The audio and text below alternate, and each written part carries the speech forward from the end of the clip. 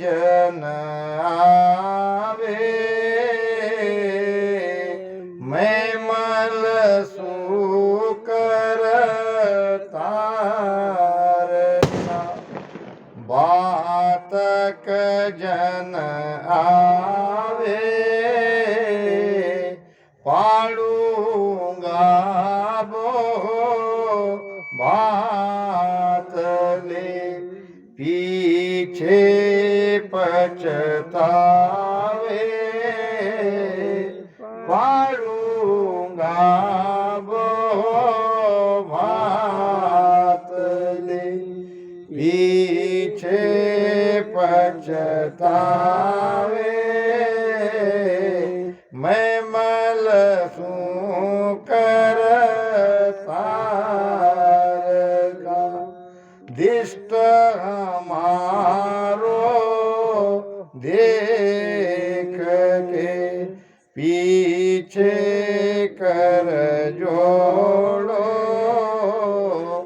दिष्ट हमारे देख के पीछे कर जोड़ो आण भरोसो जान के हम सु तुम तोड़ो आण भरोसो जान के हम सु तुम तोड़ो मैं मल सु करता बातक जन आवे पाड़ूंगा बो बात ले पीछे पछतावे मैं मल सु करता पाचू जोदा पाड़ के मन सावंत ढाया पाचू जोदा पाड़ के मन सावंत ढाया तुम केती एक बात हो ज्ञानी सुन भाया तुम केती एक बात हो ज्ञानी सुन भाया मैं मल सु करता बातक जन आवे पाड़ूंगा बो बात ले पीछे पछतावा मैं मल सु करता मुँह में पोरस राम का सुन लीजो लोई मुँह में पोरस राम का सुन लीजो लोई जिन सब को पैदा करया ताका बल होई जिन सब को पैदा करया ताका बल होई मैं मल सु करता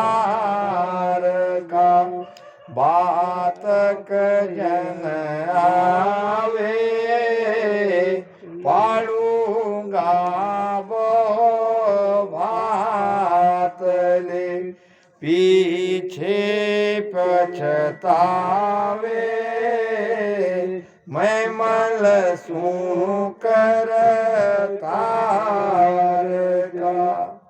સુણજો સબ સુખ રામ કે ઓ મલ મસ્તાયા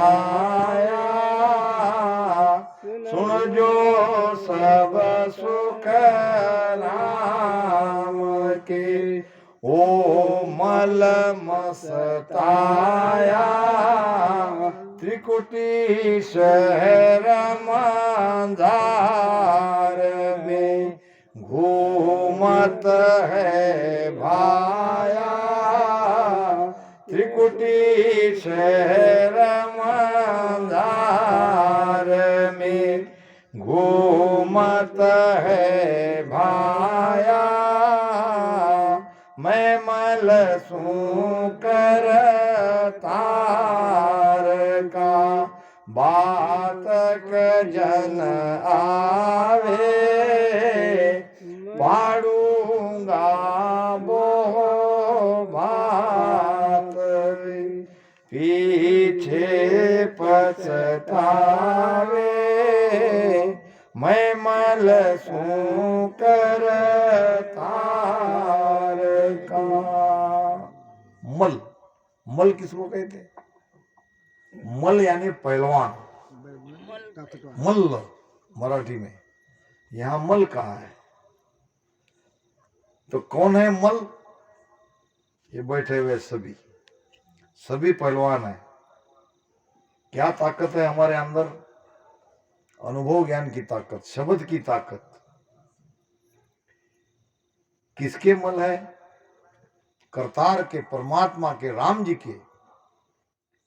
महाराज कहते हैं अनभे उर संग फौज अरथ आवद कहूं भाया चर्चा घुरे निशान तोप दिष्टांग दिराया ज्ञान भेद अमराव राग सिंधु जस गावे मत फौजा में जोर सूर समशेर चलावे ये फौजा जिन पास है जासू जुटे न कोय सब ज्ञानी सुख राम कहे करधर सन्मुख होय। देखो हम शूरवीर है, हम पहलवान है। हमारी ताकत क्या है? देखो अपनी ताकत क्या है? अनभय उर्संग फौज। फौज चाहिए किसी को। अगर लड़ना है, हराना है, जीतना है तो हमारे पास फौज चाहिए। कौन सी फौज चाहिए? अनुभव की फौज। शब्द का अनुभव चाहिए भीतर। किसी दूसरे पंथी वाले को, दूसरे धर्म वाले को अगर चर्चा करनी है तो आपके पास शब्द का अनुभव चाहिए। अनभय उर्संग फौज अरथ आवद को भाया। जो भी साखी, जो भी ज्ञान वहां पे चर्चा में होगा तो उसका अर्थ करना पड़ेगा, सही अर्थ। यह है शास्त्र, अवध नाम शास्त्र। एक ज्ञानी के पास शास्त्र क्या है? तो ज्ञान, ज्ञान का सही अर्थ। और उसकी फौज क्या है? तो उसका अनुभव, भीतर का अनुभव। चर्चा घुरे निशान। ज्ञान चर्चा जब करेगा तो इसमें उसका निशान घुरेगा। ज्ञान जब मुख से निकलता है तो सुनने वाला अचंभित हो जाता है कि यह है सदगुरु का पट्टा। चर्चा घुरे निशान तोप दृष्टांत दराया। बीच बीच में ज्ञान देने में अगर दृष्टांत देता है तो दृष्टांत है तोप। तोप क्या करती है? तोप दूसरे का वार झेल लेती है, हम तक आने नहीं देती है। तो ये दृष्टांत अगर बीच में ला दोगे तो मैं नहीं कह रहा हूं, ये प्रमाण है, ये दृष्टांत है। तो ये तोप का काम करता है। मत फौजा में शूर। अपने अनुभव के आधार पर आप शूरवीरता से ज्ञान करो, लोगों से चर्चा करो। जोर शमशेर चलावे। ये ज्ञान रूपी शमशेर जोरदार चलाओ, ज्ञान देने में कसर मत रखो। मत फौजा में जोर जोर शमशेर चलावे राग सिंधु जस गावे। चर्चा घुरे निशान तोप दिष्टांग गुराया। मत फौजा में जोर राग सिंधु जस गावे, यानी जब हरदस गाते हो तो सिंधु राग किसको कहते हैं? पुराने जमाने में जब राजा चढ़ाई करते थे तो जो सिपाही रहते थे उस सिपाही के अंदर शूरवीरता आने के लिए वो सिंधु राग गाया जाता था, दुदुम्बी बाजे बजाए जाते थे, तब उनके अंदर वो शूरवीरता आती थी। फिर राजा के लिए मरने मारने पर वो उतारू हो जाते थे। कहते हैं कि एक बूढ़ा हाथी कीचड़ में दलदल में फंस गया और वो था राजा का हाथी। राजा ने उस हाथी पर बैठकर कई युद्ध जीते थे। तो अब वो कीचड़ में फंस गया। अब हाथी का कितना वजन रहता है, उसको निकालना तो बेकार है, कीचड़ में जाके कौन निकाले। फिर सेनापति को पता था कि राजा को कहा उसने कि महाराज आप अगर आदेश दे तो मैं इस हाथी को निकाल सकता हूं। राजा ने कहा निकालो, अपना हाथी बूढ़ा है तो क्या हुआ, है तो अपना, कई युद्ध इसने जिताए हैं, तो मुझे सब कुछ चाहिए जो युद्ध में हम करते आए हैं। तो क्या चाहिए? वो दुदुम्बी बाजे चाहिए, वो सिंदूरा गाने वाले चाहिए, सब कुछ ऐसी चाहिए, तभी मैं उस हाथी को निकाल पाऊंगा। तो राजा ने कहा ले जाओ जो चाहे वो, मगर हाथी को निकालो कीचड़ से बाहर, नहीं तो बेचारा मर जाएगा, उसने मेरी सेवा करी है। तो हाथी तो निकलने की कोशिश कर रहा था, बूढ़ा होने के कारण ताकत उसकी नहीं लग रही थी। अब धीरे धीरे ये बाजे उसके कान तक सुनाई देने लगे, दुदुम्बी बाजे, सिंधु रस, वो रणभेरी के बाजे बजाते बजाते वो सेनापति वहां तक आ गए।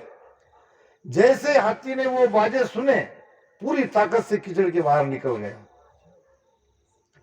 दृष्टांत का सिद्धांत समझो, कहीं आपका भजन नहीं लगा है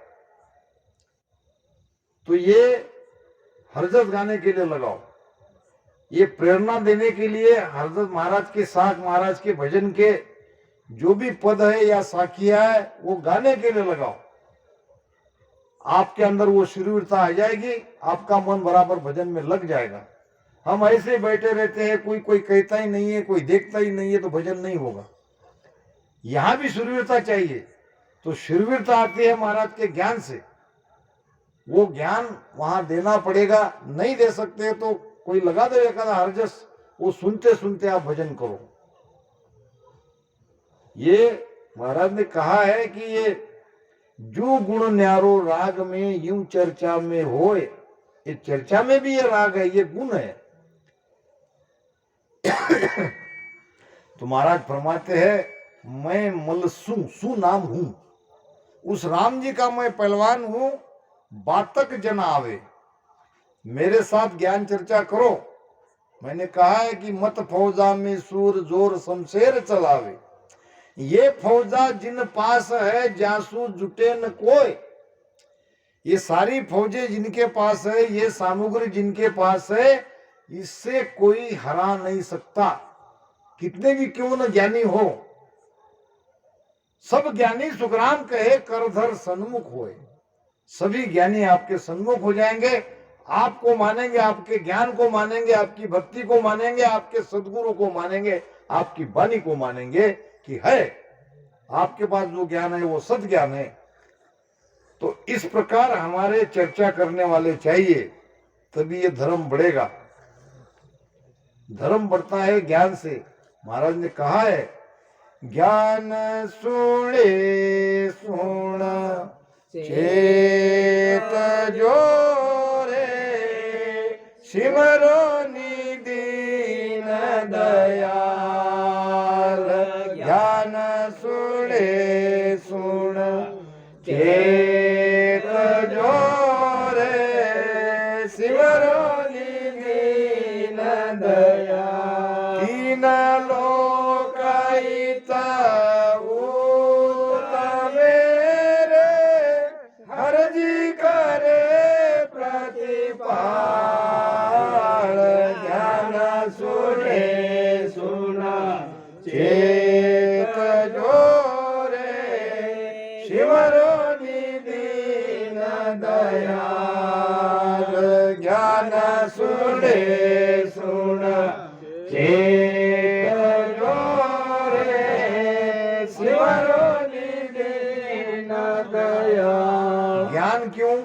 सत्संग क्यों? भजन के लिए। सभी काम सत्संग के लिए है। आरती क्यों? भजन के लिए। सत्संग क्यों? भजन के लिए। ज्ञान क्यों? भजन के लिए। ये कहीं भजन करने के लिए सारी बातें हैं। गुरु मामा क्यों गाते हैं? सब भजन होना चाहिए इसीलिए। हरजस क्यों गाते हैं? भजन के लिए, गाने के लिए नहीं गा रहे हम। इसमें गुण उतरता है, एक राग है और वो चोट लगती है। ज्ञान सुने सुन चेत जोरे, ऐसे नहीं चेत रहे हो तो ज्ञान को सुनो। आज तो सारी सुविधा है, सबके पास मोबाइल है, खोल लो यूट्यूब, देख लो किसी का भी सत्संग। सिमरो नि दीन दयाल, करना है भजन, भजन ही करना है। तो महाराज कहते हैं पाड़ूंगा वो भात ले मैं परमात्मा का पहलवान हूं, मेरे संग कुश्ती खेलो, मुझसे लड़ो, मुझसे चर्चा करो। बातक नाम चर्चा करना, बातक नाम कुश्ती खेलना। पाड़ूंगा बहु भात ले पीछे पछतावे, पीछे आपको पछताना पड़ेगा। मेरे से चर्चा करो, मेरे से ज्ञान सुनो और ये ज्ञान को धारण करो। अगर नहीं धारण करोगे तो 84 में जाना पड़ेगा और 84 में पछताना पड़ेगा। तो हम सब है महाराज के पहलवान। ये कोई पहलवान था और नामी पहलवान था, कुश्ती में सबको हरा दिया। लोग उसके खिलाफ पैसा लगा के बर्बाद हो गए, मगर वो पहलवान हार ही नहीं रहा था। कुश्ती में पैसा लगाते, इसकी तरफ से 50,000, ये जीता तो 50,000 तुम देना, ये हारा तो हम देंगे, ऐसी पैस लगाते हैं। तो ऐसे कई लोग बर्बाद हो गए। अब वो ढूंढ रहे थे कि ये किससे इसको लड़ाया जाए, ये हार ही नहीं रहा, हमारे काफी पैसे बर्बाद हो गए इसके खिलाफ लगा के। तो उन लोगों को एक बात उनके समझ में आई कि चलो इसको इसके गुरु से भिड़ाते हैं। अगर गुरु के साथ खेलेगा तो फिर गुरु शिष्य में कौन हारता ये देखेंगे। एक बार इतने पैसे हारे, एक बार और गुरु की तरफ लगा देंगे। जितना पैसा था सब गुरु की तरफ लगाने की उन्होंने सोच ली और गुरु के पास गए, कहे कि आपका पहलवान आपसे कुश्ती खेलना चाहता है, क्या आप खेलोगे? 75 साल का बूढ़ा कहने लगा, वैसे तो मेरा वो शागिर्द है, चेला है, चेले के साथ तो मैं नहीं खेलूंगा, क्योंकि वो जीता क्या मैं जीता क्या, वो जीत रहा है तो मैं ही जीत रहा हूं। लोगों ने कहा मगर वो चेला तुमसे खेलना चाहता है, अगर वो मुझसे खेलना चाहता है तो चलो मैं भी खेल लेता हूं। गिर भी गया तो मेरा बेटा ही है, एक ही बात है, घर की बात है। मैं गिरू क्या वो गिरे क्या, दोनों एक ही बात है। मगर जब वो चाहता है कि मेरे साथ कुश्ती खेले तो गुरु को लगा कि मेरे शिष्य के अंदर अहंकार आ गया है, अब इसके अहंकार को तोड़ना पड़ेगा। अहंकार को गुरु ही तोड़ते हैं, अहंकार नहीं आना चाहिए। तो दोनों की कुश्ती हो गई, सारे पोस्टर लगा दिए जिधर उधर से, सब लोग, काफी भीड़ हो गई गुरु चेला की कुश्ती देखने में। अब दोनों ने लंगोट कस लिए, ऐसे ऐसे करने लगे, करते ना वो, और फिर मट्टी को उठाते, ऐसे मट्टी उठाए कि फिर शुरू होती कुश्ती। अब चेला ऐसे ऐसे करने लगा, कूदने लगा इधर उधर इधर उधर। चेले का शरीर भी ऐसा ही था, बलदंड और बहुत कसरती शरीर था।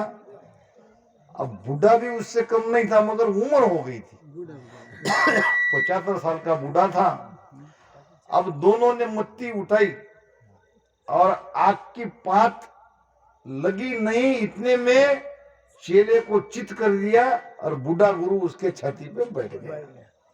गुरु महाराज बेईमानी बेईमानी बेईमानी। क्या बेईमानी? ये डाव आपने सिखाया नहीं मुझे, सब सिखाया, और ये डाव कहाँ सिखाया?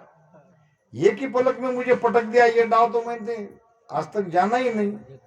तो गुरु ने कहा ये आज के दिन के लिए सुरक्षित रखा था, कि कभी न कभी मेरे बेटे में अहंकार आएगा तो उसको पटकने के लिए मैंने ये नहीं बताया था। ये नहीं बताया। तो कहने का मतलब हम सब है तो पहलवान, हमारे पास क्या डाव है? किसी के पास भजन का डाव है, किसी के पास ज्ञान का डाव है, तो कोई हरजस गाता है। सब अपने अपने तरीके से हमको और लोगों को इस धारा में लाना है, उसकी 84 चुकानी है।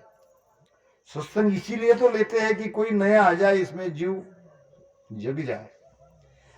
तो मैं मलसू करतार का बातक जना आवे, पाड़ूंगा बो भात ले पीछे पछतावे।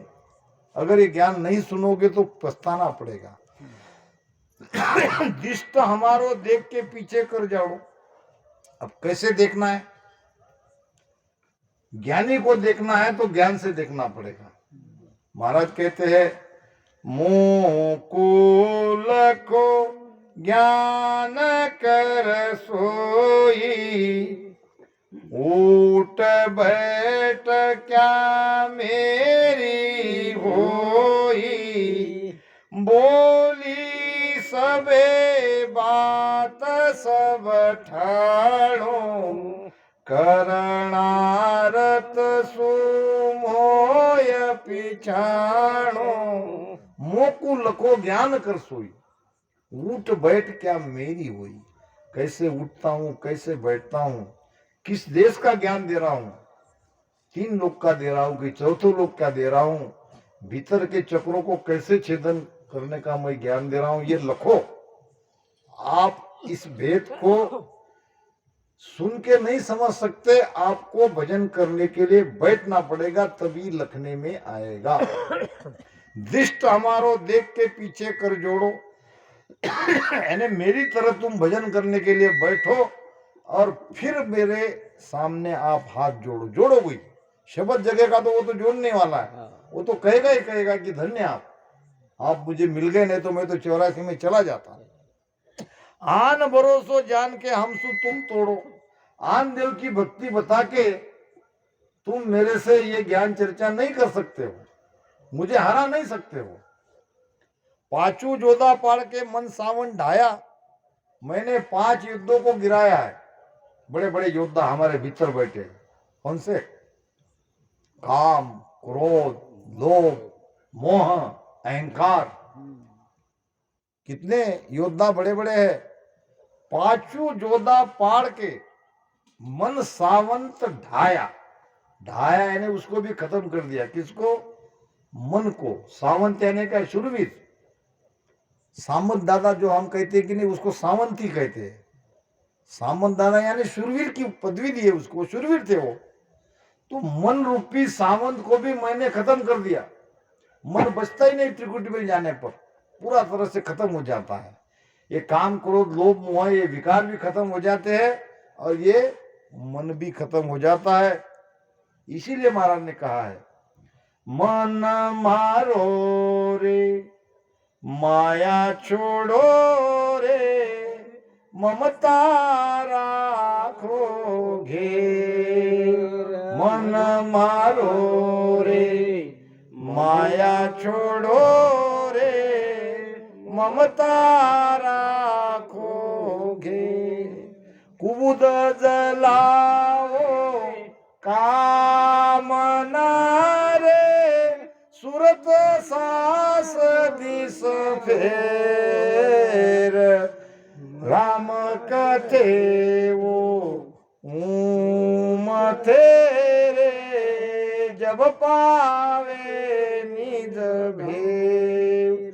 देवल माई देवरा रे, वहाँ निरंजन देव। राम कथे वो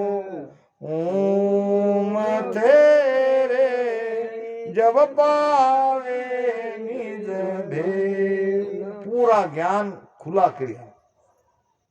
दोनों श्वास में मंथन करो, उसमें सुरती और मन को लगाओ और जिब्या से राम राम रटन करो। जब आप अपने स्वरूप को प्राप्त करोगे, निज यानी हमारा स्वरूप, हमारी आत्मा। हमारी आत्मा ही परमात्मा है। बाहर का परमात्मा, भीतर का आत्मा। अब इसके लिए मन मारो, माया छोड़ो। माया को छोड़ना पड़ेगा, ये त्रिगुणी माया को। मन को मारना पड़ेगा, ममता को घेरना पड़ेगा। कैसे घेरोगे? सूरत सास दिस फिर, सुरती को सासा के पीछे लगाना पड़ेगा, राम राम रटन करते करते। यही उपाय है। तो महाराज कहते हैं कि पाचू जोधा पाड़ के मन सावंत ढाया, तुम कहती एक बात हो ज्ञानी सुनवाया। तुम मेरे सामने हो क्या? तुम तो केवल इधर उधर का ज्ञान पढ़ के मुझसे चर्चा कर रहे हो। मैंने तो मेरे पांचों योद्धा को गिराया है, मन रूपी शूरवीर का भी मैंने खत्म किया है। मोमे पोरस राम का सुन लीजो लोई। पोरस नाम सत्ता ताकत किसकी है? परमात्मा की। मेरे अंदर जो सत्ता है वो राम जी की सत्ता है, मेरे गुरुदेव की सत्ता है। मोमे पोरस राम का सुन लीजो लोई। लोई नाम लोग, सभी लोगों सुनो, सभी ज्ञानी ध्यानी सुनो। मेरे अंदर मैं अपने बल से नहीं बोल रहा हूं, मेरे अंदर मेरे सदगुरु का बल है, मेरे गुरुदेव का बल है। हम तो निर्बल है, हम कहाँ बलवान है? महाराज ने कहा भी है, मैं निर्बल बलहीन हूँ, मोह सजियन काई। मैं निर्बल बलहीन हूँ, मोह सजियन काई। शरणागत सुख राम की, हर मिलो मन माई। शरणागत सुख राम की, हर मिलो मन माई। ऐसा भेव बताव जो सिमरत गुरु मेरा। ऐसा भेव बताव जो सिमरत गुरु मेरा। राम मिलो इन देह में, काटो विष जेरा। राम मिलो इन देह में, काटो विष जेरा। ये बल कब आता है? निर्बल बनने पर। कहते हैं कि भगवान विष्णु भोजन कर रहे थे, माता लक्ष्मी ने भोजन की थाली परोसी और नीचे कोई एक साधु संकट में थे, कुछ लोग उसके लकड़ी से मार रहे थे। तो विष्णु भक्त था, भगवान विष्णु को पुकारने लगा, हे भगवान मुझे बचाओ। इतना कहते ही थाली पर से भगवान उठ के जाने लगे। जाने लगे तो तुरंत वापस आ गए, बैठ गए। माता लक्ष्मी ने कहा कहाँ गए थे?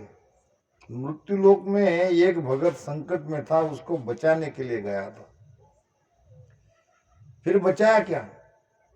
बचाने तो गया था, मगर अब मेरी उसको जरूरत नहीं। तो पहले कैसी जरूरत थी? पहले उसने मुझे पुकारा था, फिर अब क्या हुआ? अब वो कहने लगा, हे भगवान, हे विष्णु, हे गणपति, हे राम, हे कृष्ण। अब वो सबका नाम ले रहा है, मुझे अकेले को थोड़ी पुकार रहा है। पहले मुझे अकेले को पुकार रहा तो मैं जा रहा था, अब देखेंगे सबको पुकार रहा है तो सब जाएंगे तो मैं जाऊंगा। तो निर्बल बनना पड़ेगा, उसकी ही विश्वास पे रहना पड़ेगा। निर्बल में बल आता है, बलवान में बल नहीं आता। हमारा अहंकार का बल मिटना चाहिए। मैं निर्बल बलहीन हूं, मैं सजियन काई। हे राम जी, मैं निर्बल हूं, मैं बलहीन हूं, मुझे कुछ सूझ नहीं रहा है। केवल इतनी बात मैं जानता हूं, शरणागत सुखराम कहे हर मिलो मन माही। मैं आपके शरण में हूं। महाराज कहते हैं, प्रभु जी मेरी बाह समाओ, मैं खूनी अपती तो ही तेरो कृपा कर घराओ। मैं खूनी हूं यानी दोषी हूं, अपत्ति हूं, मगर मैं तेरा हूं, मैं तेरा बालक हूं, तुम मेरे पिता हो। अब बालक की रक्षा करना तुम्हारी जिम्मेदारी है। महाराज कहते हैं, मोह में पोरस राम का सुन लीजो लोई, और जिन सबको पैदा करया ताका बल हुई। किसका बल है? राम जी का बल है, परमात्मा का बल है। सुन जो सब सुखराम के वो मल मस्ताया। ये सब मल मस्ताना यानी आनंद लेना। कब आनंद आता है? आनंद आता है त्रिकुटी से प्रारंभ होता है। ये यहां तक तो भजन कर रहे हैं तो ये तो पता नहीं चलता कि क्या होगा क्या नहीं।